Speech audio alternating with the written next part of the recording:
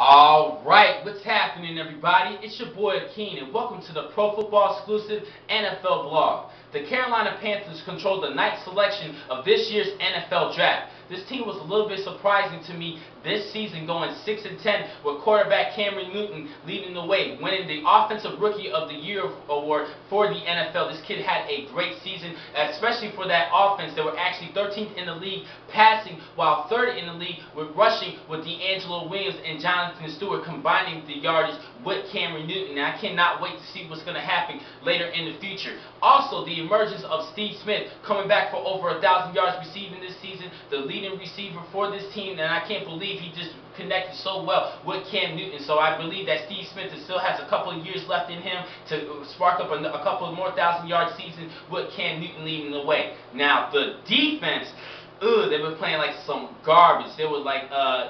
you know what I'm saying? Booty. They really need improvement on this particular side of the field. Now, they do have Jonathan Beeson coming back this season as their star linebacker to combine more tackles with James Anderson. I think both of these players can work together, and Charles Godfrey in the mix as well, getting a lot of tackles. Godfrey had over 70 tackles this season. Now, the defense was just horrific, one of the worst defenses in the league this past year, and I just cannot believe how bad they were performing, especially with the loss of John Beeson. They were pretty much nothing without John Beeson's booty, and they need to work on that defensive side. The worst defense in the league, one of the top 5 worst defenses this season. Now, one area they need to work on in particular is that D-line. Yes, they do have Charles Johnson, who had 9 sacks this season, but they can also use a defensive end opposite of him who can get up some sacks. Now, there's a couple of players that I believe that will be off the board that the Carolina Panthers are going to keep their eyes on.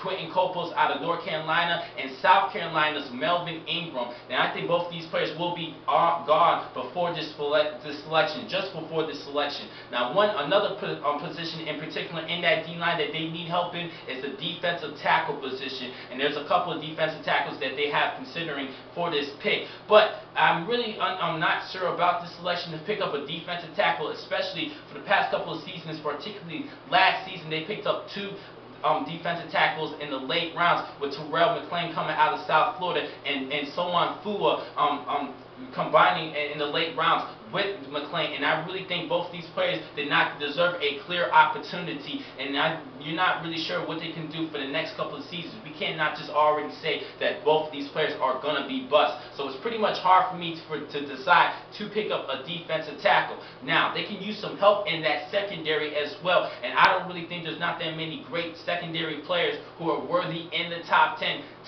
picks this season. Now, there is one player in particular, Morris Claiborne, but I have him going with the Tampa Bay Buccaneers at number 5, and I don't think he's going to be bumped up any further than the 5th pick of this year's NFL draft. Now, another player in the secondary that they could select is Mark Barron out of Alabama, but I believe that he's just too much of a reach in this selection.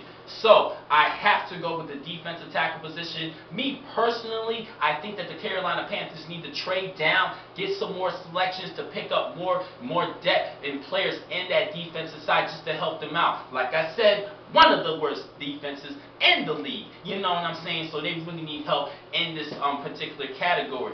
So, but like I said, I'm going to keep on giving you guys my picks for each individual pick. So, like I said, they're not going to be able to trade. So I might have to go with a defensive tackle in this position just to help them out. I'm going to go with Michael Brockers out of LSU. This kid is a beast. He was pretty much the anchor of that D-line for the Bayou Tigers. They were just crazy this season, and I believe that because he was just the anchor and he had such a great workout, weighing over 260 pounds, and he wreaks havoc in that line of scrimmage, and he definitely stuffs holes and stops the run. Being that anchor of that LSU team, I believe that they had the best D-line in college football, and he was their best player in that particular category, in that D-line. So I have to go with Michael Brockers with this selection for the Carolina Panthers as a safe bet, as a safe pick. But I believe that Carolina needs to trade this pick just to get more players in the later rounds and still pick up more depth in the defensive side of the field. I think this is a defensive draft for this team because we pretty much believe that the offense is pretty much stacked. Yes, they can use another receiver in the later rounds, but the offense is not the key element to look at for this